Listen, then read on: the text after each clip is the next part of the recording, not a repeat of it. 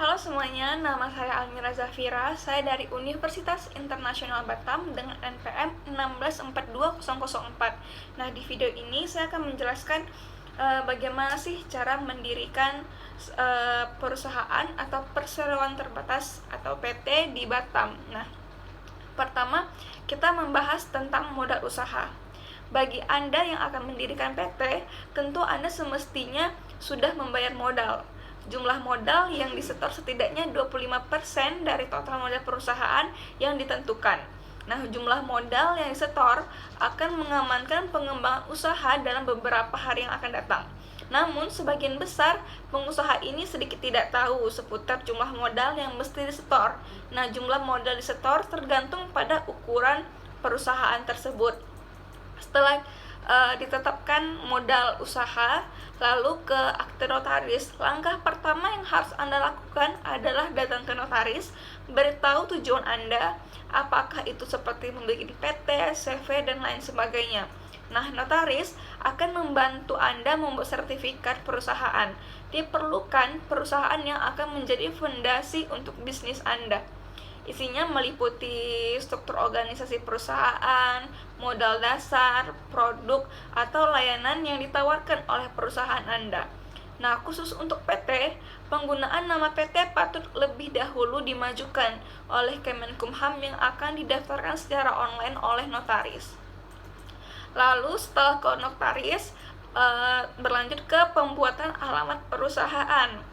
Domisili akta dan SK Kemenkumham dikeluarkan. Nah, Anda bisa datang ke RT setempat untuk memulai cara kerja pembuatan alamat perusahaan. RT lokal biasanya akan menyediakan formulir dari ketetapan untuk penyusunan domisili. Nah, persyaratannya seperti formulir sesudah perusahaan, kartu identitas penduduk, surat pernyataan tidak berkeberatan dengan tetangga, izin mendirikan bangunan, hak atas tanah, membangun persetujuan pemilik, membangun kontrak sewa jika disewa, pembayaran PBB tahun lalu. Diperlukan notaris, SK Kemenkumham. Lalu setelah itu baru Anda tentukan seperti jumlah karyawan, tanda telepon, jam kantor, dan lainnya. Nah, jadi dengan adanya akta domisili, ini akan memudahkan bagi Anda yang ingin menerima syarat lain. Cara mendapatkan akta domisili juga tidak sulit. Kita cuma perlu ke RT dan RW setempat untuk meregistrasikan perusahaan kita. Nah, setelah membuat alamat perusahaan, kita patut untuk persiapan perusahaan NPWP. Membuat perusahaan NPWP hakikatnya cukup gampang. Kita cuma datang ke kantor pajak setempat dengan mengisi formulir registrasi pajak perusahaan. Sekiranya tarif cuma persyaratan juga cukup gampang, seperti dibutuhkan perusahaan, SK Kemenkumham, NPWP bertanggung jawab dari perusahaan tersebut, kartu identitas, lalu dan perlu diingat saat Anda mendaftar pajak, berarti Anda seharusnya melaporkan pengeluaran dan pendapatan perusahaan Anda ke kantor pajak setiap bulan dan setiap tahunnya. Lalu membuat lisensi usaha perdagangan atau SIUP. Nah, membuat SIUP ini adalah seperti cara bikin SIUP ini seperti yaitu pemindahan kartu direktur atau pemilik KTP akta dan pindai NPWP. Nah,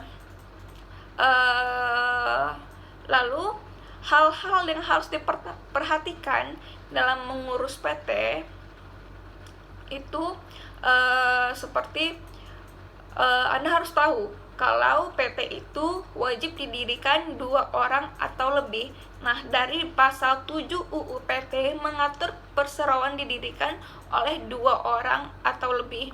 Hal ini sejalan dengan sifat dari perseroan terbatas yang merupakan persekutuan perdata. Maka suatu persekutuan tidak dapat didirikan dengan seorang saja. Lalu perseroan yang didirikan di Indonesia tidak harus berwarga negara Indonesia dan berbadan hukum Indonesia. Nah, pada pasal 7 UU PT mengatur perseroan dapat didirikan oleh orang dan badan hukum. Yang dimaksud dengan orang adalah orang perorangan, baik berwarga negara Indonesia maupun bukan, atau badan hukum Indonesia ataupun asing. Sehingga yang dapat mendirikan perusahaan di Indonesia adalah orang perorangan, baik warga negara Indonesia atau asing. Badan hukum Indonesia atau asing juga dapat mendirikan perseroan di Indonesia. Nah, lalu suami dan istri tidak dapat mendirikan PT bersama-sama sebagaimana yang diatur dalam pasal 7 UU PT, bahwa yang dapat mendirikan perseroan adalah orang atau badan hukum. Dalam hal pendiri perseroan adalah orang, maka harus dikaji mengenai status perdata orang tersebut. 2 orang minimal yang dapat melakukan pendirian perseroan harus memiliki kekayaan yang terpisah. Hal ini untuk menjaga adanya 2 pemegang saham dalam perseroan. Suami dan istri memiliki kekayaan yang tergabung dalam karena perkawinan.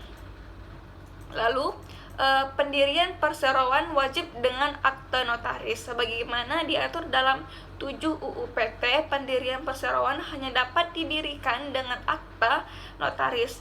Persekutuan perdata yang disepakati oleh para pendiri harus memiliki akta pendirian, dan untuk dapat dikatakan sebagai akta pendirian perseroan maka harus dituangkan dalam akta notaris.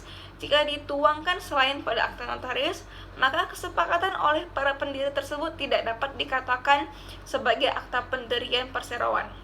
Lalu, akta pendirian harus berbahasa Indonesia. Karena akta pendirian harus dibuat notaris dalam bahasa Indonesia. Dari rumusan tersebut, maka terhadap akta pendirian yang dibuat tidak menggunakan bahasa Indonesia, akta tersebut tidak memiliki kekuatan hukum sebagai akta pendirian perseroan. Lalu, pengesahan menteri merupakan dasar perseroan menjadi badan hukum. Perseroan memperoleh status badan hukum pada tanggal diterbitkannya keputusan menteri mengenai pengesahan badan hukum perseroan. Ketika menteri telah menerbitkan keputusan menteri mengenai pengesahan badan hukum perseroan, maka ketika itu jika bersamaan dengan tanggalnya diterbitkan keputusan menteri tersebut, perseroan resmi secara hukum menjadi badan hukum. Lalu perseroan wajib memiliki 2 pemegang saham.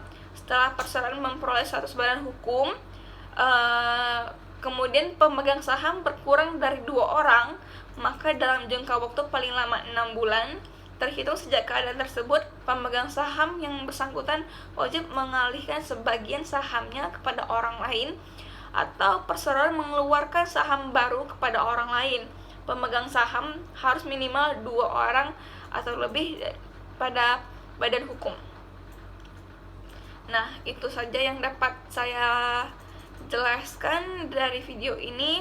Jika ada kurang, mohon dimaafkan. Terima kasih.